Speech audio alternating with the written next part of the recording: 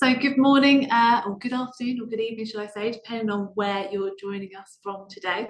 I'm Emma Dean, CEO at SMG, and I'm thrilled to welcome you here today to today's Talking Shop webinar, which is a reality check how 2024 retail media predictions have held up so far. Now, we will shortly be joined by some panellists. They are diligently waiting in the wings, so to speak. Dean Harris, head of Co-op Media Network, but John Rabone, head of grocery and retail media lead at Mars Wrigley, as well as Georgina Evenden, a lead of Capture. So they will be joining us shortly. But before they do, I'm going to be setting the scene for you. So at the start of 2024, the retail media landscape was buzzing with anticipation. I'm sure everyone on this call is very aware of that. Industry experts and analysts and anyone that wants to kind of have a piece of the pie were making bold predictions about the year ahead. These forecasts were shaped by the tremendous growth we'd seen in retail media just the year before. Our goal today is simple. We want to be really honest about kind of what's actually happened, what's the reality looking like. We want to take stock of the year so far.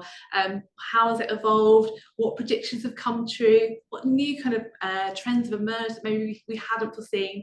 And what might be in store, a little teaser as well for the months ahead, for the final 3 months of 2024.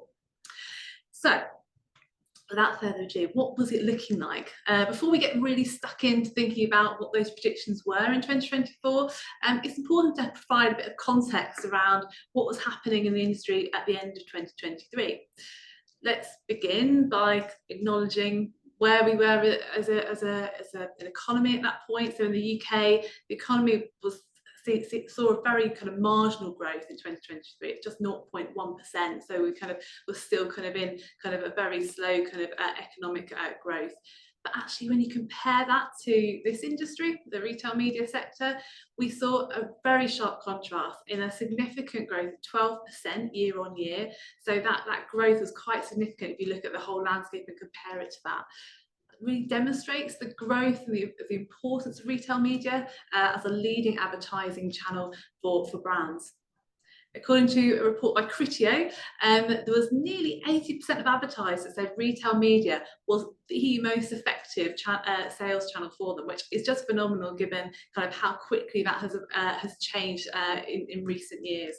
This data highlights, again, the real kind of increasing power of retail media and the kind of need to understand kind of effectiveness. So understanding how channels are performing is absolutely first and foremost of brand advertisers' minds.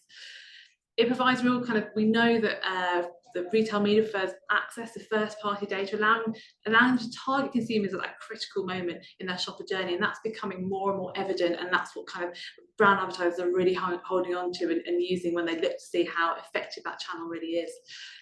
And finally, almost 70% expressed their intention to prioritise retail media in 2024. So again, another signal and a strong indicator that the sector will continue to grow and set up those predictions of 2024, which, you know, we know that we're going to be seeing more platforms, more retailers coming into this space, and it's a vital source of revenue for shopper engagement.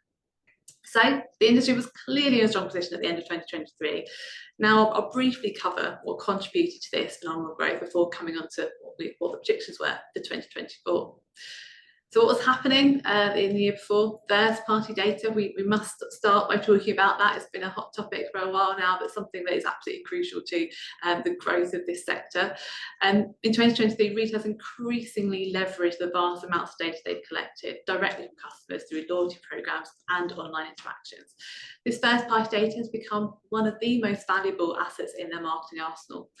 Retailers are highly fortunate in this position that they hold a bank of first-party data, especially given Google's plan to deprecate the third-party cookie in 2024, which we all know has actually now done a U-turn on. But I think the scene had already been set, and advertisers were forced to change their strategies to incorporate greater volumes of first-party data as opposed to third-party data for targeting purposes.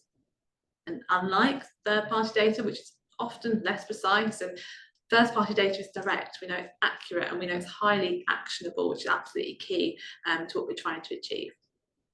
It provides deep insights into customer behaviour, preferences, and purchase history.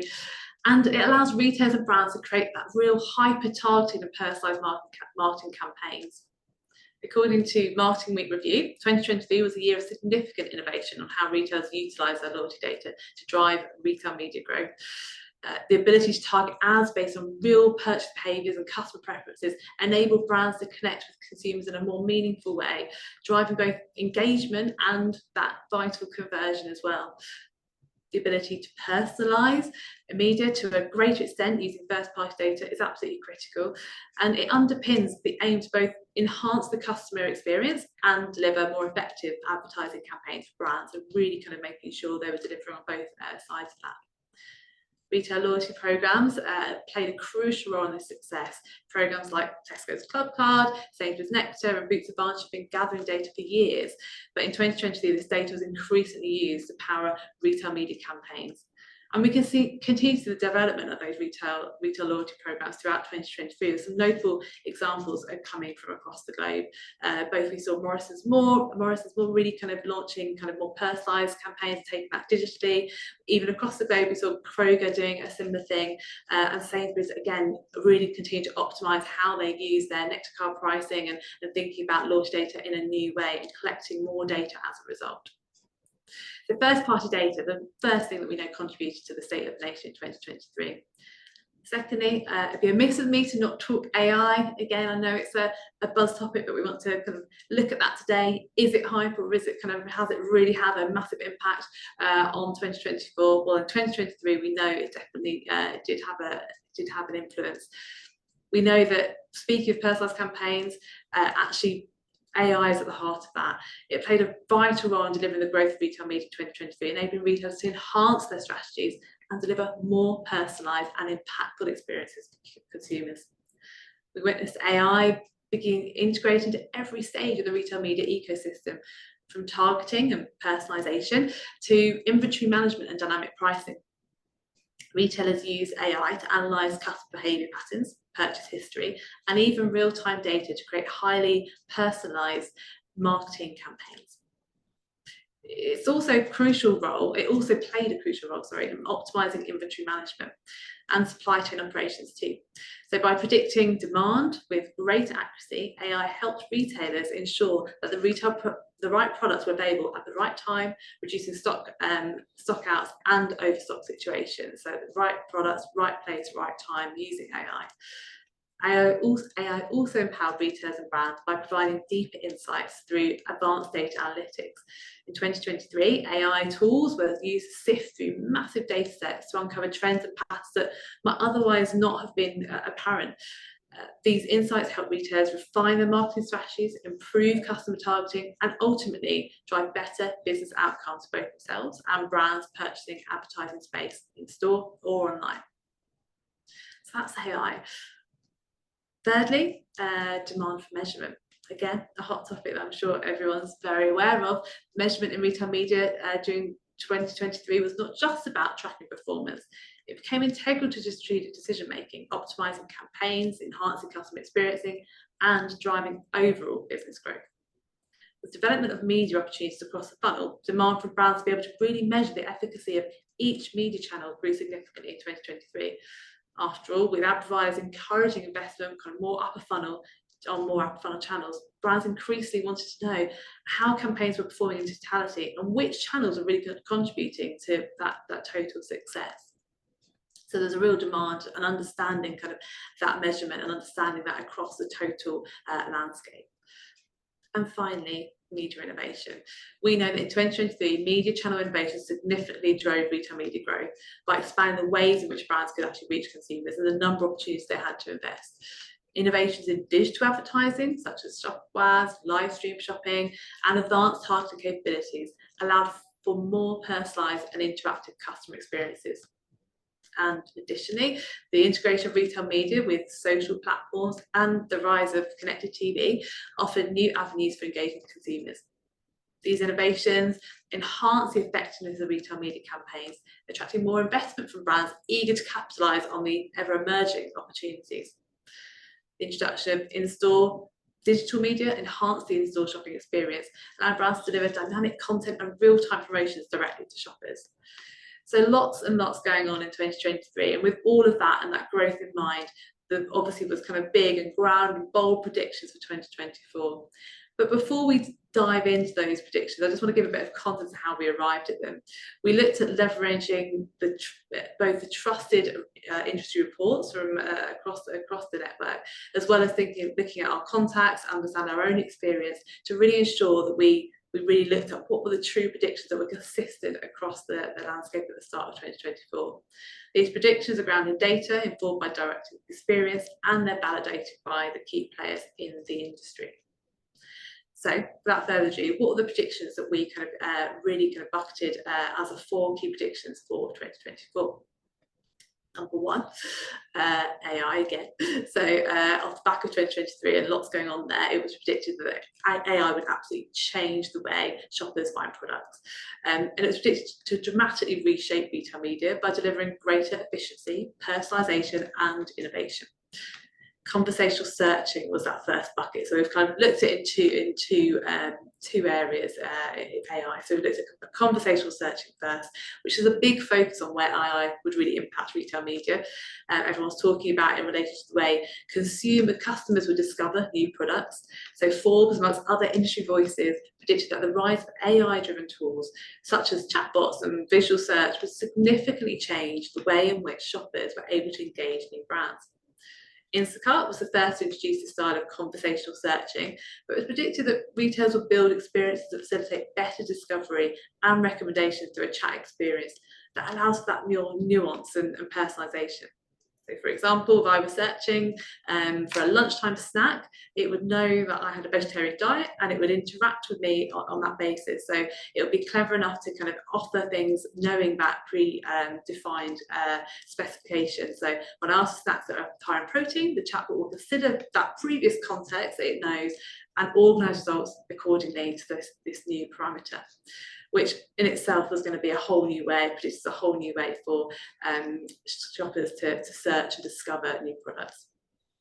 And then the second bucket that AI was really kind of focusing on was campaign management. So generative AI was predicted to have a big impact on the way in which ad creatives were generated, and administrative or operational aspects of campaigns were managed as well. Beyond creative, it was thought that AI would provide an opportunity to navigate audiences and insights more easily within complex clean rooms and data platforms. This would optimise the way in which audiences were selected for targeting as part of the campaign, both improving the customer experience, but also increasing the likelihood that desired brands' outputs were actually achieved. So 2 big buckets for how AI was predicted to really influence this industry at the start of 2024. The second prediction that we wanted to highlight was how retailers bridge the omnichannel gap with in-store innovation. So really thinking about the new channels that are coming to the fore and how that was going to bridge the gap of omnichannel in retail media. So in 2024, let's look at in-store first. In-store retail media is predicted to become more sophisticated with integrations and with a focus on creating that seamless omnichannel experience. Innovations such as AI-driven personalised content, digital displays, interactive kiosks, all of those things will enhance that shopper engagement in store. And retailers were expected to invest more in technologies that link in-store and online data, so allowing for real-time promotions and tailored customer experiences. Additionally, the expansion of connected stores, so really going to stores and feeling kind of like that line was blurred between your online and in-store experience, and ensuring that the physical shopping environment and the online environment were kind of coming together and making the in-store media a critical component of the total retail media strategy. So really thinking about all of the channels that were going to come into the fore as a result of kind of bridging that gap. And then secondly, the upper funnel. We all know this has become a big kind of part of how we look at retail media and the total landscape that we're operating in. In 2024, connected TV was predicted to play a much larger role in retail media strategies. The ability to personalise media born from AI innovation will make the prospect of activated targeted media via connected TV more appealing and more of a prospect to advertisers. Media will have the propensity to target specific audiences via streaming platforms or reaching potential consumers at home. Given activation on TV is traditionally seen as a broad reach upper funnel kind of activation, the opportunity to highly target this form of activation using first party data will encourage greater investment in upper funnel activations as part of an overall retail media strategy. So that's something that was really kind of talked about a lot at the start of the year. So seeing whether that has come into fruition and how we're really interested when we get to our panel debate. And thirdly, the third prediction that we've kind of identified is that focus on the longer term KPIs and what we're calling the incrementality now finally being cracked. So firstly, if we look at those longer term KPIs, we all know as retail media increasingly unlocks investment in upper funnel channels, the expectation for brands to retailers is that measurement is provided to demonstrate the efficacy of that media. How do we know it performed? How do we know that kind of delivers against our original objectives? Retail data has often been tested in upper funnel environments with a focus on driving that short-term sales, which is often ineffective. It's not how we measure when we're thinking about it as kind of out of home broad reach channels, and so measuring that way just didn't seem kind of fair and consistent. Ian Black from Publicis Commerce suggests that this approach overlooks the very nature of upper funnel inventory, but audiences are usually not in a purchase ready state at that point, such as when they're actually kind of casually browsing social media. Publicis Media predicted that retailers will shift towards using more suitable KPIs like brand awareness, recall, and long-term sales impact, similar to how traditional digital advertising it has always been assessed. This shift was thought to kind of potentially allow retail data to be more impactful in those earlier stages of the marketing funnel, supporting broader brand building efforts rather than just being thought about as that immediate sales driver. And then secondly, the incrementality now. There were other schools of thought that thought upper funnel measurement needs to focus on incrementality, and that was a key buzzword at the start of the year. While retail media presents significant opportunities for brands, measuring its impact and providing return on investment can be challenging, we know, and demonstrating that. As retail media evolves into a comprehensive full funnel solution, these measurement complexities have grown. While the retail media industry has promised benefits like better data, improved shopper experiences, and incremental sales, the actual delivery on these promises has been inconsistent. One major issue is the lack of standardized measurement approaches, making it difficult to consistently gauge the effectiveness of these retail media efforts. So really thinking about how this is going to be made a consistent and standardized approach across total markets, so the brands can truly understand if that sale was an incremental sale, how do I understand that, and being able to kind of look at that in any kind of different part of their total campaign to understand that was going to be key. And finally, prediction number 4. Commerce media networks will emerge at a quicker rate, presenting competition to established retail media networks. So high ad spend within retail media will attract businesses outside of traditional retail. So industries such as travel, hospitality, quick service restaurants are going to start coming into the play. We'd already seen Marriott's international media channel launch in 2022, which was a prime kind of example of signalling that broader trend. But the prediction really was that we're going to see a whole host more of those players come in to the fore, really trying to take part of have a slice of that retail media pie. So more industries, including travel, hospitality, likely to capitalise on the large digital and physical audiences by creating their own media channels. It's industries like retail are sat on substantial banks of first-party data, knowing they know that that's kind of really vital to this, meaning they can harness this and make it attractive to prospective advertisers for audience targeting purposes. So really thinking about all the different players. You can see there we've got Expedia on the screen there. Expedia's kind of come into this world, Marriott, and there's lots more which I'm sure we'll talk about in a moment with our panelists as well. So in summary, the 4 kind of key areas that we've identified, that we selected, that were the kind of key predictions at the start of 2024. AI, those 2 buckets we talked about, so kind of conversational searching and thinking about how it's going to impact the campaign management process. Media development, all the different innovation that's going to come in and really bridging that gap between in-store and upper funnel, and thinking about the digital opportunities using first-party data in store and really targeting their campaigns. Thirdly, measurement, and as we said, a big part of that is about showing incrementality, about measuring the channel in the right way for what it's trying to deliver, and also standardising how that's approached across the industry, and finally this introduction of kind of talking about it as commerce media, so broader than just your kind of what's traditionally seen as retail media, as kind of the top grocers, but actually thinking about it beyond that, specialist retailers, hospitality sectors, travel sector and beyond. So they're the 4 areas we're going to talk about today. And without further ado, I'm going to be introducing our 4 panelists. So I'm going to stop sharing now in order to bring them into the room. So they've been diligently waiting for us in the wings. Hello everyone. So thank you very much to John, Dean and George for joining us. I'm going to hand over firstly to George. Do you want to do a little introduction, George? Just let everyone know who you are and where you're from. I'm George. I lead our Capture business. We are the UK's leading commerce media agency. I first joined the business in 2015 and left to go and explore the world of digital marketing and ATL marketing, and then returned to the business this year. So fully back in the world of retail media. I'm very excited to be here.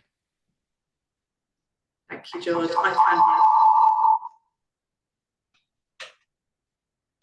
Got a bit of an echo then. So, hi, I'm John Raybone. I lead our grocery online channel at Mars Wrigley and also have the pleasure of leading our retail media proposition in the UK as well.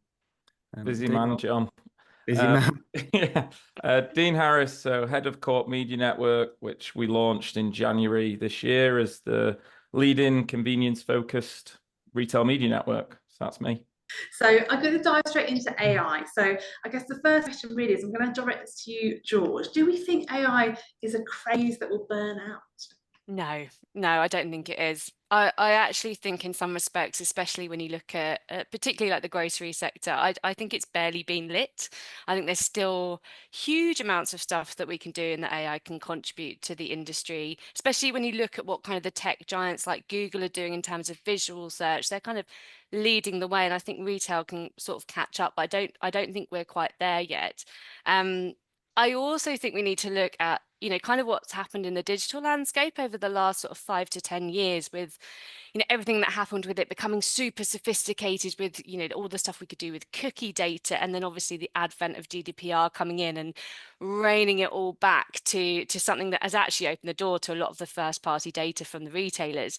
But I do see there being a little bit of a ceiling with AI in terms of, actually we could get to a point where we get so smart it's quite scary, and therefore we're probably going to see some regulations coming in that again pull back the reins on what we're able to do with it. I'm now going to hand over to John. Anything you'd like to add to that? What's your view on kind of AI and the impact it's going to have? Or is it going to burn out, or is it kind of here to stay? No, I'd echo all of George's comments. So I think more and more in our work lives, we're seeing AI be integrated. So whether that's through emails, PowerPoint, Excel, content creation, targeting, retail media, I think a lot of aspects of work will start to integrate it, and hopefully it makes all our lives a bit easier. But also we're getting more and more used to it in day-to-day life. So Emma, you mentioned dynamic pricing at the start, and I think we're all used to it in things like holiday bookings and seeing the price of airlines go up just as you're trying to book a last-minute holiday. We're not as used to it when we're trying to buy Oasis tickets and the price is going up drastically. But everyone got really rattled by that Oasis problem, and we haven't even started touching on dynamic pricing for groceries yet. So I think if that's how annoyed we get in that isolated situation, like what will happen if it moves to groceries, and how do we manage that, and what do we do in that space? But yes, it's here to stay is my short answer. Yeah, thank you. It's interesting you say that, like the AI has so much to give, but it could cause those frustrations as well. There could be challenges down the road, which I'm sure we'll talk a bit more about. So Dean, I'll hand over to you next. I know you've got a lot of thoughts on this as well. I'll start with kind of the key question. Have you integrated AI for audience targeting in retail media at the Co-op? Slightly controversial, but I don't think, even with the hype and potential, it's a silver bullet, AI. And I get a lot of LinkedIn messages and cold calls from AI vendors, and the positioning is usually implement AI, replace your operations, and you'll be faster, better, smarter.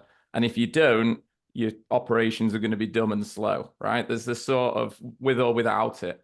Whereas I think it needs to be integrated, and there's a bit of balance. We've got great ROIs, and we've got omni-channel planning capability through PlanApps, SMG's tool.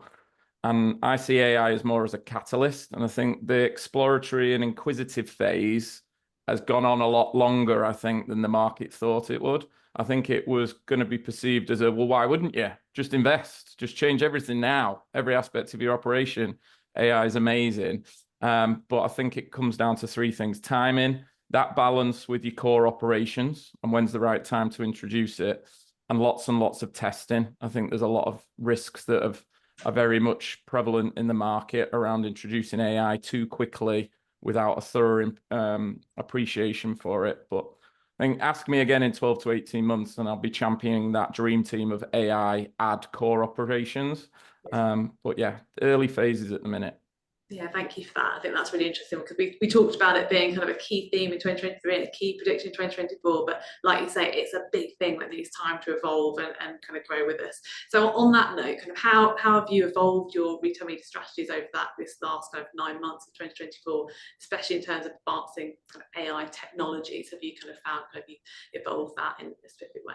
Yeah, well, Co-op Media Network's less than a year old. So you can imagine when you're launching something, you've got a lot on your to-do list. So the priorities for us were that clear positioning, compelling proposition built around convenience media, and then adjusting our toolkit and our operational processes to align to that convenience offer. But we have discussed and explored AI. As you can imagine, Co-op's a big business, so AI is not just a retail media thing. It goes across everything from supply chain and CRM and everything else in between. And I think there's three areas where it could help us strategically. One is, as we continue to scale, being able to make sure we can support clients with easy, speedy services. You don't want anything like more clients, more campaigns to start slowing down how you service brands. The other will be, and AI can obviously take away some of that evaluation time. The other is complexity. Retail media networks are going across the funnel and across more formats and touch points within there. And there'll be a limit to how human beings can use all those different channels, formats, and historic data points. And being able to plan effectively around that complexity will be really important. And the last one's around performance. You can imagine if you fast forwarded 3 years and you had a retail media network with no AI capability and everyone else had it, there's going to be a significant competitive advantage in the amount of performance and ROI you can deliver for a brand. So I think strategically it comes down to when's the right time to solve some of those problems and tackle some of those opportunities. But yeah, so it's a big part of the strategy, but not in year. Yeah, it needs to be kind of, like you say, kind of done, kind of considering kind of everything else, the context of how we're growing and doing that at the right point at the right time. And to John's point earlier, I mean, did you, sorry, it's back to you, Dean, again. Have you found kind of there have been kind of kind of real challenges that you've encountered when adopting AI? Do you think that's kind of come through? Have you had feedback? Oh no, we've lost Emma. I think I heard challenges in AI, so yeah. I'll pick it up from there. Let's go for that. So taking Co-op as an example, our main barriers to adopting AI are around data foundations, bit of capacity, and risk. So any AI topic I've seen at conferences I've gone to, they all say it's useless or can even hinder if it's not fed with the right data. And if you can name me one UK retailer that says their data is 100% accurate, structured in the right way, and ready to go in media, I'll eat my hat. Like, none of us are perfectionists there with our data yet. And you don't need to be, but you need to be confident. You need to be happy with where you're up to with it. And data infrastructure for retail doesn't always translate into an adequate data structure for media. And media is still a new area for us oil tankers of traditional retailers. So we need to sort that out. Luckily at Co-op, it's not eye-watering, and we've got a data director that's leaning in heavily into making sure the data at Co-op is fit for various purposes, short-term and long-term. So I think we're going to be in a good place.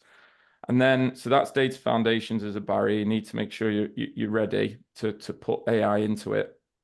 And then there's capacity-wise. So all retail media networks are expanding rapidly, and we're innovating our toolkits, and we're hiring people and adding AI into there, which is a big thing to do. There isn't that capacity, I don't think, to give it a thorough and significant overhaul within the businesses yet. And then lastly, aside from on that risk side, which Co-op's quite a risk-averse business with our brand and our reputation, aside from ChatGPT helping students with their coursework and my emails. Yeah, and our emails, yeah, making us sound. But a good tip, by the way, is ask ChatGPT to write your emails like you're a copywriter. But anyway,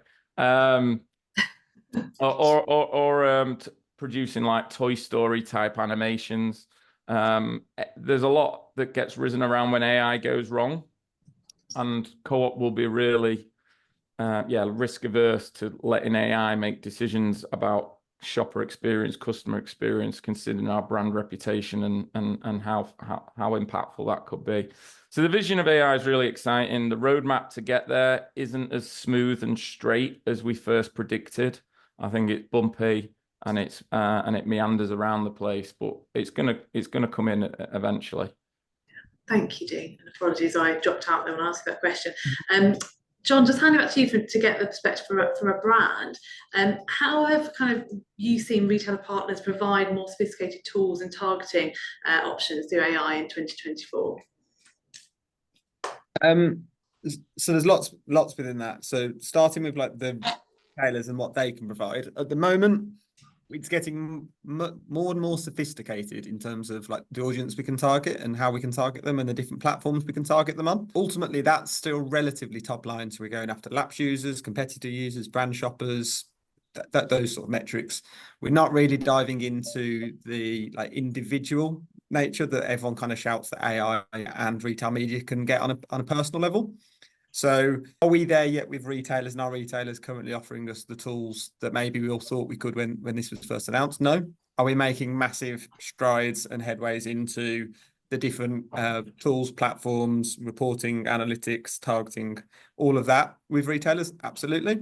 And then what are we doing as a business? So ultimately, if we're relatively only going after 4 or 5 groups of people, so lapsed, competitor, brands, we're not massively tailoring our artwork at the moment, and we're not massively changing. We might tweak the wording or tweak what we're doing, but we're not massively changing it. And to copy what Dean said, Mars is also relatively risk adverse. So smaller businesses and smaller companies out there, maybe you've got a great opportunity to be much more testing in some of the artwork and creatives that you're creating and how you implement AI in that development process. But yeah, we're starting to explore what AI looks like for us from a creative perspective. But there's a lot of grey area within that, a lot of legal and ethical questions. And what do I mean by that is, well, who actually owns the creative? To what extent will it replace humans? Can it be copyrighted? Who owns it? So we can't just create content and put it out there just produced on AI very easily. So there is lots of questions around it. Having said that, we have done a few campaigns. So we're trialing voiceover, so AI generated voice, where we can discuss generative AI that puts I'm sure everyone's seen it on Instagram, but actually puts voice over the top of it, and we started to explore that. But the one big plug that I'll do that Mars have launched, and I would encourage anyone to Google it because it's an amazing campaign that we did earlier this year. We did an AI generated Jose Mourinho. So you could send your friend a Jose Mourinho video where he essentially kind of took the mick out of you for scoring what we called an own goal, so something that you'd messed up on. And that was a real industry first partnership that was with different tech providers that created it. So that was an amazing big campaign. That's not yet embedded into retail media. So that's the sort of thing we're exploring, but I don't think what we're doing as a brand and what retail media networks can currently offer are really joined up yet. It's really interesting you say that though, John, about what you're doing from a brand perspective and how that joins up from a retail media perspective. From the capture brands that we're working with, we're seeing so much potential with what could be happening with kind of the retailer first party data. And I think for us, AI is really kind of fundamental to supercharge what you can do with that data. And then it's actually adding the capabilities of other platforms like a Meta, like a Trade Desk, to elevate that, to deliver that right message at the right time. And then the idea, and not always happening quite in the way we'd like it to, is that you then have this closed loop measurement piece that you can optimize in flight according to all of these different data sets that AI is kind of taking on board and then sort of generating into a campaign that can be really, really successful. So I feel like there's, you know, a difference between what you can do with retail media data outside of the retail media environments versus what you can do within the actual retailers. And I think that's probably the bit that needs to catch up, but also taking on Dean's point that these are big, you know, establishments. There are a lot of legacy stuff going on. There's a lot of things that need to be prioritized for these retailers as businesses.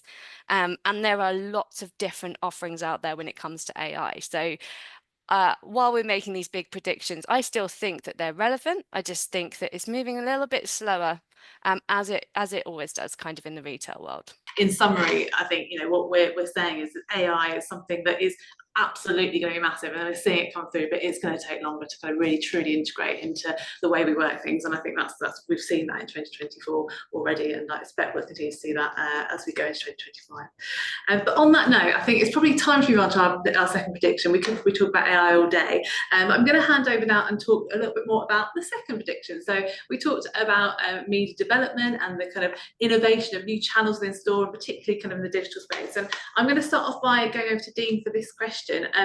Are you using in-store data to create real-time personalised promotion for customers? That's a hot topic for Co-op. So not quite real time, but not far off it, and definitely personalised. I'll give you an example. So we've got the Co-op member app, which gives every week members 8 offers to choose from. They get to choose 2, and the offers are allocated based on a pool of hundreds of different category offers, brand-based offers. And our in-house data science teams created 2 algorithms to allocate those offers. So one is based on things you buy and predicting when you'll want those things again, and the other is predicting new things that you might like that are associated with things you buy, right? And when we worked out the number of possible combinations of offers, we got there, and I was quite excited about this number because I quickly made comparisons to it. It was 750 quadrillion combinations of offers that these algorithms allocate every single week. Now, if that was seconds, it would equate to 24 trillion years, and it's also 40 times the global population of ants. So you're talking like mega personalized computing power. And we also try and squash the recency of when those offers are allocated. So last week's data fuels this week's offers. So it's up to, and it goes back at least 2 years. So if you talk about real time, that's not far off it, and its extent to that you're never going to get the same suite of offers twice, and it's very unlikely based on those combinations that any member would ever get the same combination of offers as well. So totally tailored, totally unique, mind-blowing numbers. But that's probably our most personalized real-time use of promotions in a shop. I'm going to remember that stat about the ants. That's great, Dean. I'm going to hand over to George next, just to kind of see from the brand side, from an agency perspective as you are, how can you see kind of when you're working with retailers and really leveraging those connected store technologies? Is that something you're kind of seeing come to the fore more, particularly this year? Yes, I think we've seen a lot more digitization of the store. I do think that there's more that could be done from a technology perspective. I think at the moment, a lot of the digitization that we've seen has been more run, you know, as you would see a digital 6-sheet on a share voice mechanic. I think that it's not been fully realized, but it's also a really tricky one to manage, right? Because wherever you're putting these digital screens, it has to sit cohesively within the retail environment, which is managed by human store colleagues. So there was an example that we had recently with a brand where they had booked a digital screen on top of a gondola end on a share voice mechanic. But the problem is that the brands being advertised weren't actually on the gondola end. And beyond that, there was actually a competitor on there. So I feel like there's a lot more that can be done here. But as I say, you have to tread really carefully to make sure that it aligns and connects properly with the environment. But having said that, these kind of digital opportunities are far more engaging and driving really, really good results for our brands. We've done lots of test and learns throughout the year, and it's all very, very exciting. And I think, you know, in terms of running things like competitions or partnerships, it's a great opportunity to get your brand message out there.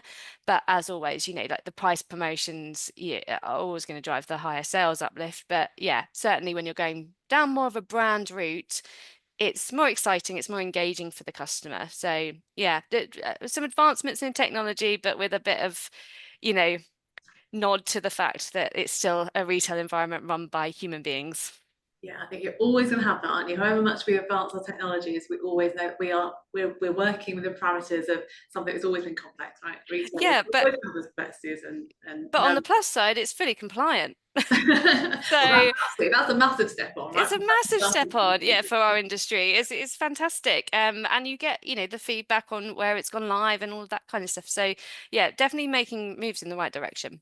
Compliant media, but as long as it's alongside the right stock, it's in that store. That's the big tick. And like you say, having that partnership and aligning to those challenges is always going to be something we have to kind of navigate in this industry. John, from your perspective, have you kind of found kind of in-store media become more integral to your marketing campaigns? How are you using in-store screens, displays, interactive experiences? That's something that's kind of being a big part of your plans this year.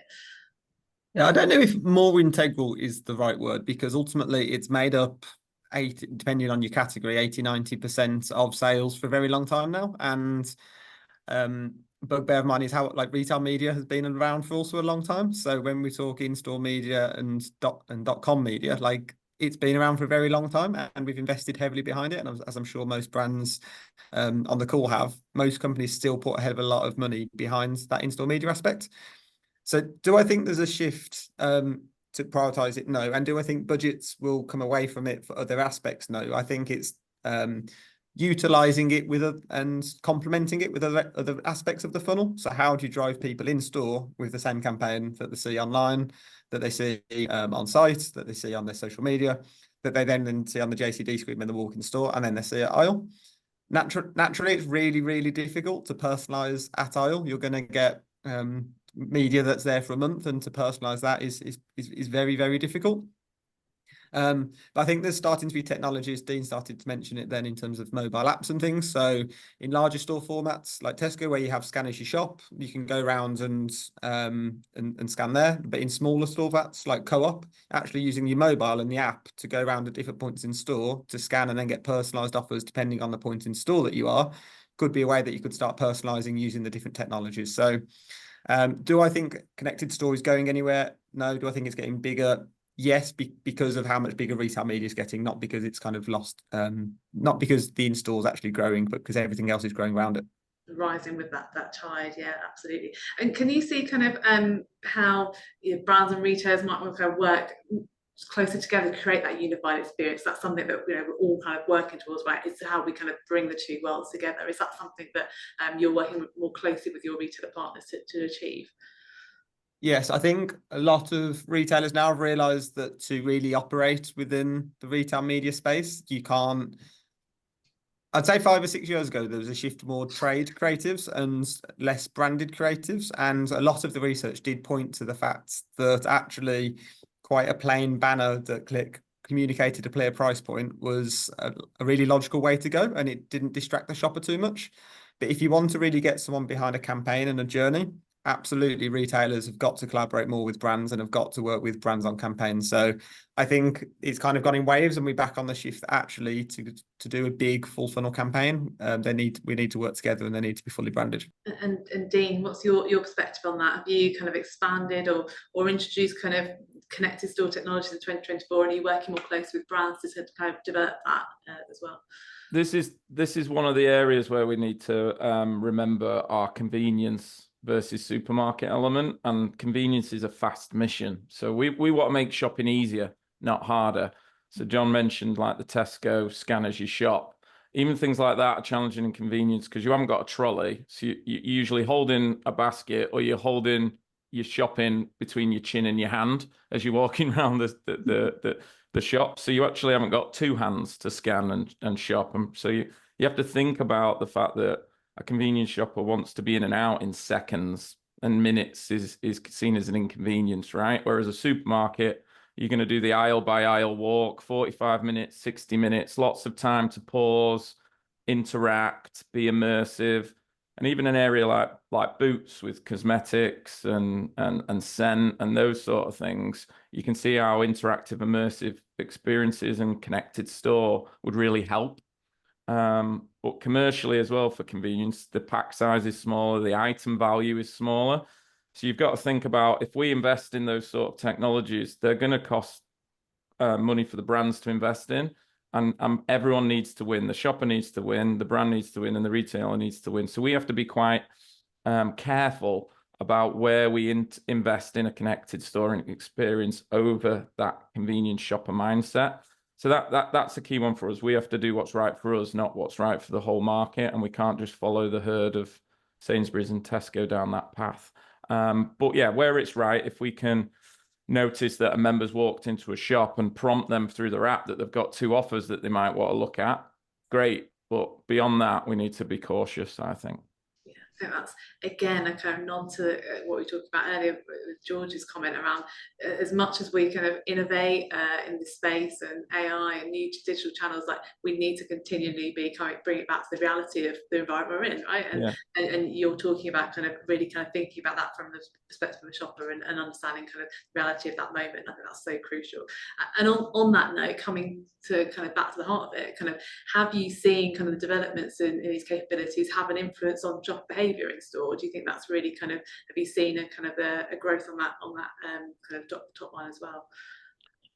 Yeah, so this is based on case studies I've seen, because like I say, Co-op's main utilization of this sort of connected store experiences through our personalized offers app and things like that, and digitization of our store. I've seen great case studies on it helping the like overseas similar retailers to Boots with those sort of interactive makeup counter and AI sort of driven immersive educational experiences. You've seen NPD being connected with digital and options and find your flavor or find your color, those sort of things. And it does drive attention and recall. And obviously I think the sort of average time at like a piece of point of sales noticed is like less than a second. It's a glance, essentially, what you're getting out of it. So if you've got something in a shop that can create seconds of engagement instead of fractions of a second of engagement, you're going to have some benefit there with recall as well. So yeah, I think it's definitely adding value. You've just got to weigh up, as I said earlier, that these things cost money for the retailer, and that's going to equate to a higher price. So just because the engagement is higher doesn't necessarily mean the ROI will be higher if the tech's quite expensive to implement. So we need to think about what's right for the brand commercially as well. Yeah, short term and long term, like you say. Yeah. And that leads on really nicely, actually, because you talked a little bit there about kind of measuring and understanding kind of the impact it's had. And obviously our third prediction was all based on and grounded in measurement.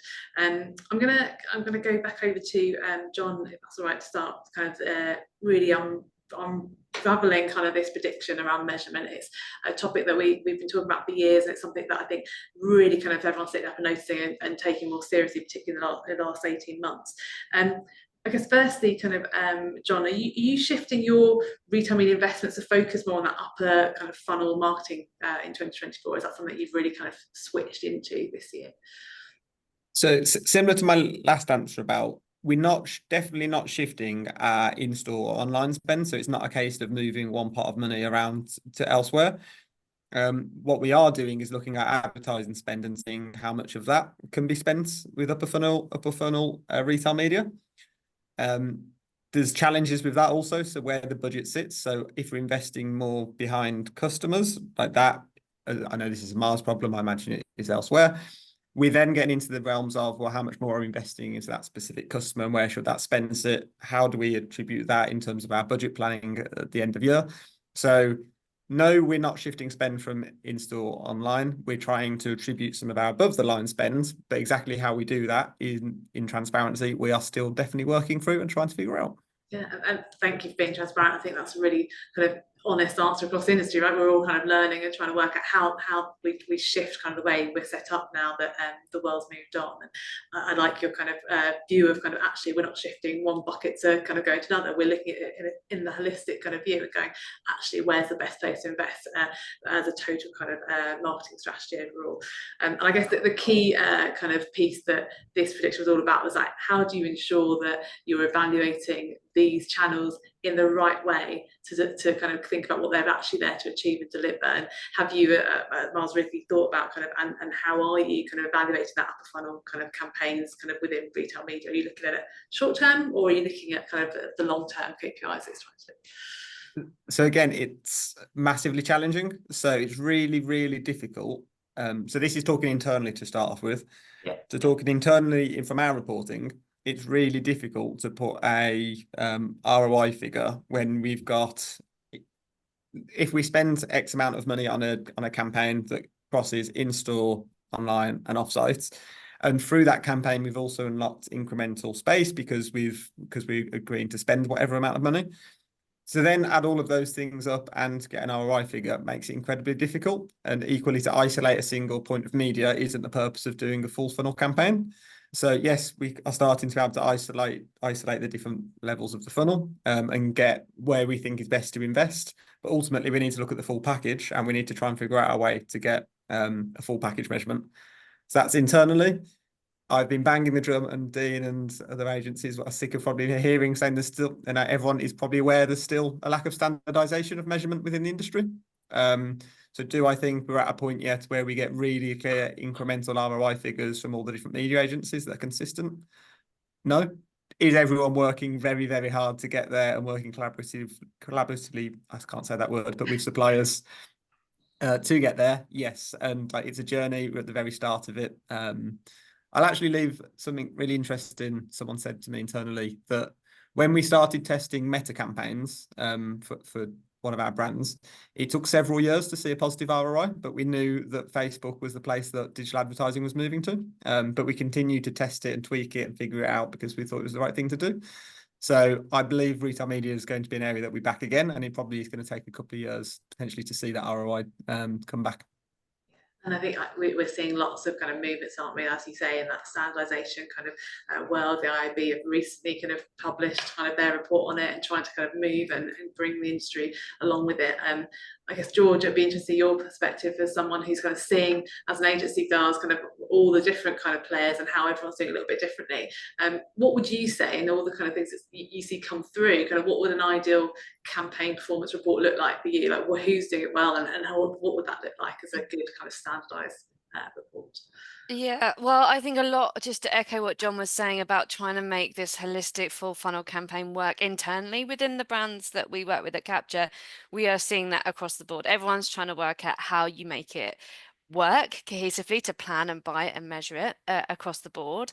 I think for me, a performance report needs to include, the usual conversion metrics, your sales uplift, conversion rate, ROI, and obviously, with Planapps and our methodology, we can do that very consistently across a multitude of different media touch points.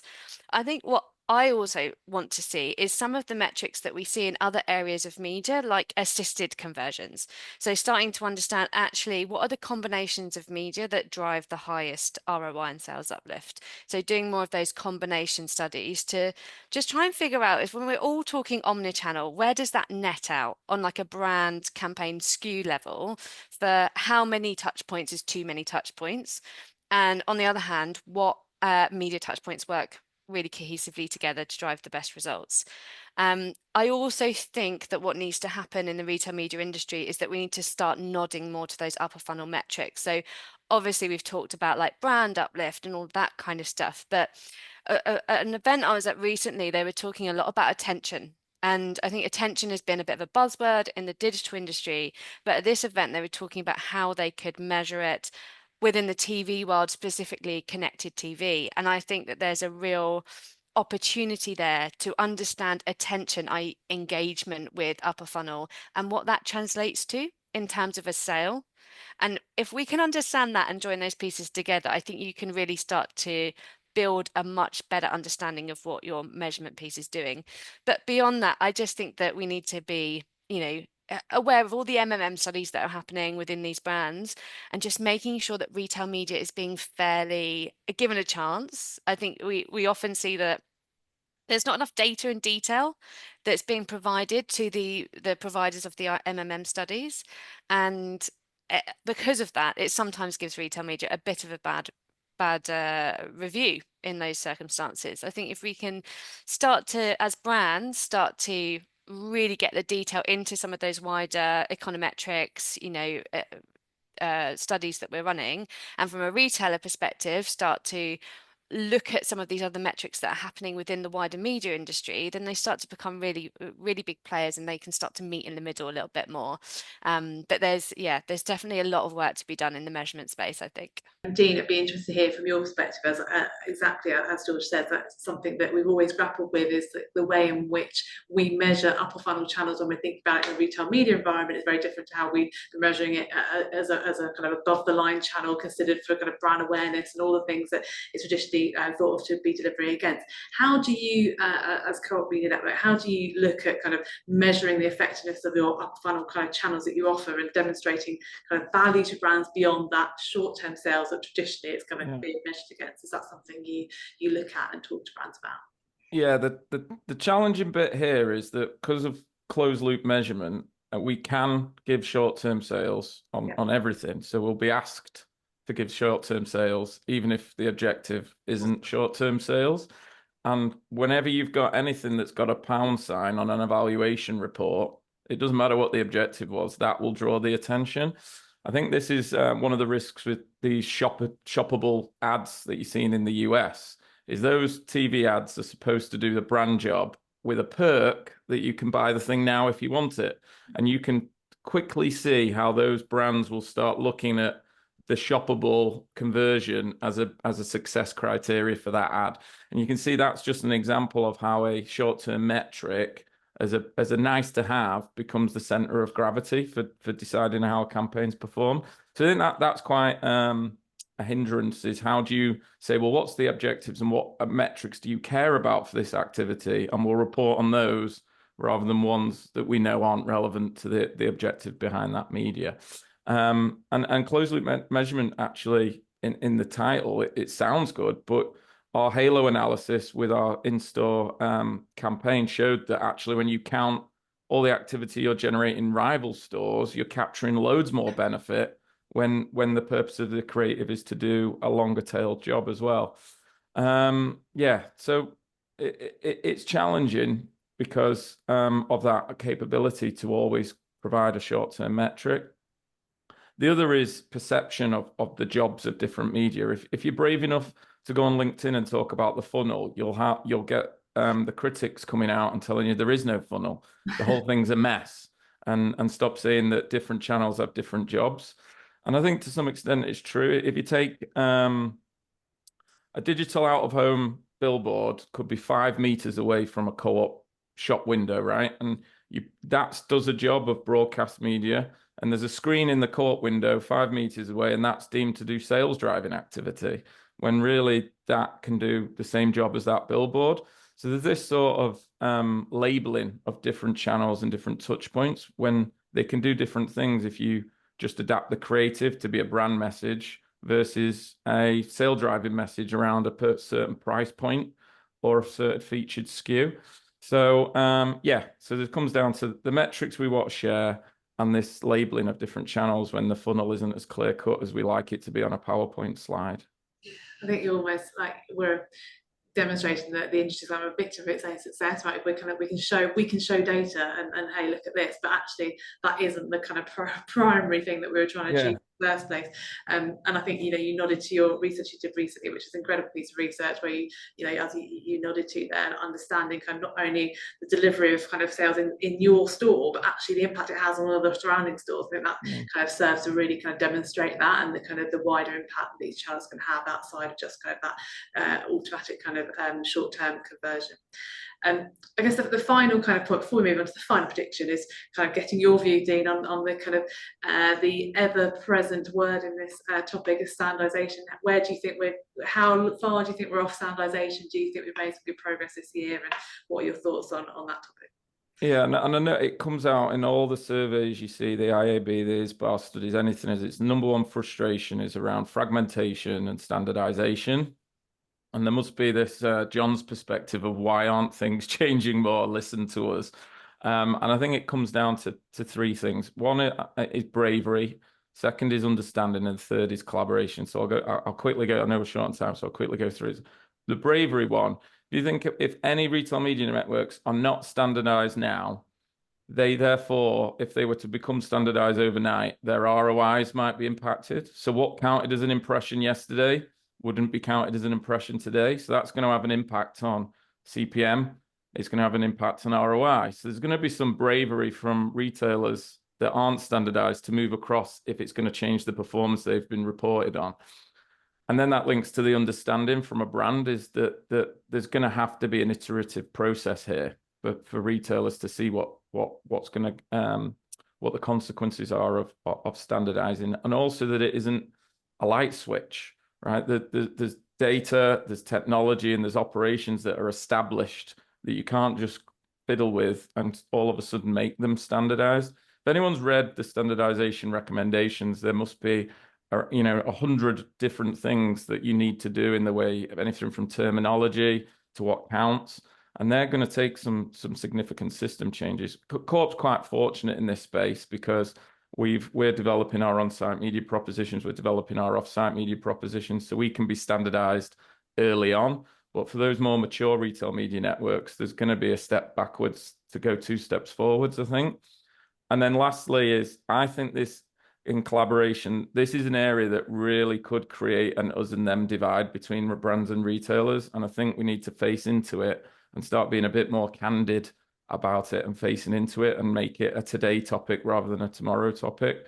Because, yeah, you can see the frustration's only going to bubble over as more money's going to go into the sector. That's really, really fair. And I guess that's something that at SMG we talk about a lot, is how we can help influence that in the different kind of environments we work in, showing that we're trying to drive that standardization message. But like you say, there's a lot of legacy that's there that's really hard to kind of shift, and it's not going to happen overnight. But yeah, something that, like you say, if we're open about it and honest about it, it will help kind of move that forward. I'm going to come on to our final prediction now and talk a little bit more about kind of commerce media in the whole and the kind of broadening of the sector, so to speak. So I'm going to start with this topic with John, if that's all right. Really keen to kind of hear from you as a brand. Like, have you started advertising through kind of media network set up kind of outside of the traditional kind of grocers, kind of any travel, hospitality, kind of different kind of environments that are popping up? So in short, the answer's not really. The longer answer is so through our media agencies, we already buy mass awareness media through lots of different channels, including Expedia, Booking.com, wherever you want to see media or marketing, we likely buy some presence within those sites. The real benefit is within retail media is buying the data, and you're paying for the data. And for an impulsive brand and a brand that sells impulsive products that don't have any of our data, there's not much benefit in paying the increased prices that come with retail media that we would buy through those platforms. So currently, no. Do I see an opportunity potentially? Like through clean rooms, is there an opportunity for Dean and Co-op to integrate with partners outside of the current retail media network, potentially in the future? But right this second, I don't know why I would personally go and invest in Expedia or Marriott when they don't have any actual data that we could use versus just buying above the line media with them.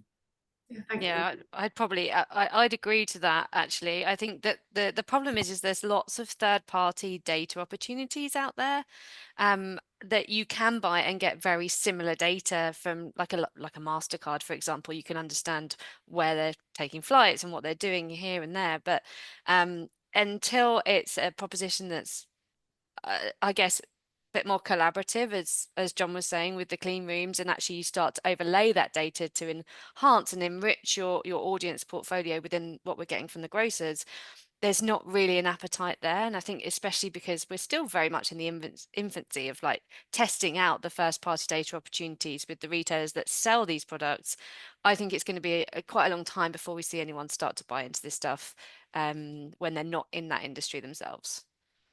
What do you think would need to change, George, to be able to kind of really fulfill the potential of those networks? Because they're out there, right? We've got the likes of Uber and Expedia kind of out there. What do they need to do to kind of continue to grow? I think they all need to come together. Yeah. I think they all need to come together. They need to enrich each other's data by comparing notes, basically, and giving our brands the opportunities to build really rich, bespoke audience segments, pulling in from an Uber and a Marriott and Expedia. That's how you can build a really, really strong audience segment from more of a again, upper funnel mass awareness, as John was saying, through, you know, trying to reach new audiences. I think it does a different job to what we're talking about in terms of the grocery first party data. That's very much about how can we enhance and drive our sales. And Dean and Co-op in a wonderful position for me to get off my train where there's data, to then order a taxi where there's data, to then be dropped off at a Co-op on the way to my hotel to pick up snacks for wherever I'm heading to. So I think there's definitely there is opportunities there. It just takes a lot of collaboration. Yes. Yeah, I think that's you know, like you say, from a brand perspective, that's the holy grail. They all come together, and you can create a cohesive and beautifully kind of targeted campaign as a result. But I guess we all know there's going to be challenges in that. I guess, Dean, keen to get your perspective on this one as a kind of final wrap up. Do you think there's a future where kind of retailers and non-retailers collaborate with brands to kind of deliver a unified and consistent campaign in this space? Yeah, I think the challenges that John mentions are really valid. I think you've got to look at it across the customer journey, and John gave a great example of that through, for instance, you know, Co-op collaborating with Uber, for instance, and there's a destination that's ticked for drop off right next to a Co-op shop, and you can see how Co-op's own comms team, that would be useful for us to drive footfall into our stores. And if you can find a moment that's relevant for a brand as well, maybe. But like there's nothing that shouts out as an opportunity that you'd be daft not to explore. I think these are probably secondary or tertiary to some of the top of the list things that we can do to help brands and help shoppers. So it's probably something that will be weaved in over time. The collaboration's an interesting one, because if you think about it, in the UK market at the minute, it's retailer and retailer, and on paper we're rivals, right? So there's only so much conversation we can have around making our data more valuable in the media industry for brands, whereas non-compete grocer retail media networks can have more candid, open conversations around technology, around data, around proposition, around effectiveness. And that's an interesting territory from just a knowledge share perspective. So yeah, I mean, I always like chatting to Paul Wright, who's head of global advertising at Uber. He knows his stuff there about all the amazing stuff they're doing. I couldn't have that conversation with someone at Sainsbury's or Tesco. Yeah, I think that's really interesting, and probably sets us up nicely for the final kind of wrap up bit, really, because I think that's probably an indicator of a potential future prediction, right, Dean? That's something where we could be going kind of next year or the year after. Yeah. As a very quick fire round, as a final kind of wrap up for everyone, I'll go to you first, George. Any trends that we haven't kind of covered yet that you think will be start to become important in the next kind of 6 to 12 months that you kind of foresee in your mystic ball? I actually think it's the attention time metric. I think if, you know, we can start to see that make a play in, you know, retail media and how we understand attention and engagement, that's kind of a gateway for those upper funnel metrics as well, of understanding brand uplift, etc. So if we can start to look at that, you can start to understand the assisted in terms of the conversions, and it's just like, it's quite a nice metric that goes hand in hand with you know, the ROI and the sales uplift that our brands are expecting to see from retailers. So that's probably for me the most interesting one. Well, it's recorded, George, so we're going looking back. Oh God. And John, finally, anything from you? Final prediction for the next 12 months that you think you might see coming into the frame? Yeah, it links to the last conversation, and Dean paid me to say it. So it's so Co-op's leading the way, and that convenience and immediate moment. So we touched on it previously, but instead of just targeting based off, as I said previously, lapsed and competitor shoppers, how do we start targeting on those moments that we just discussed? So how does the data enrich us to target in specific? My shopping's about to deliver. Do I add something on? I'm on a journey. What are those key moments we can target in, and not just shopper behaviours? Yeah, brilliant. Well, thank you so much, all of you, for joining me today, and for hosting yourself as well at the start there. Sorry about those technologies. I very much appreciate your fluidity of continue the conversation. But it's been really interesting hearing all your perspective from both the retailer, brand, and the agency side as well. And I think there's lots of interesting things our viewers would have got from today. And like I say, we will be looking back at this to kind of set ourselves up for next year's webinar when we look at predictors for the year ahead. So all I kind of is left for me to say is thank you very much for joining us today. I'm really pleased to have kind of had this opportunity to talk to everyone, and I hope everyone has a great day. Thank you very much.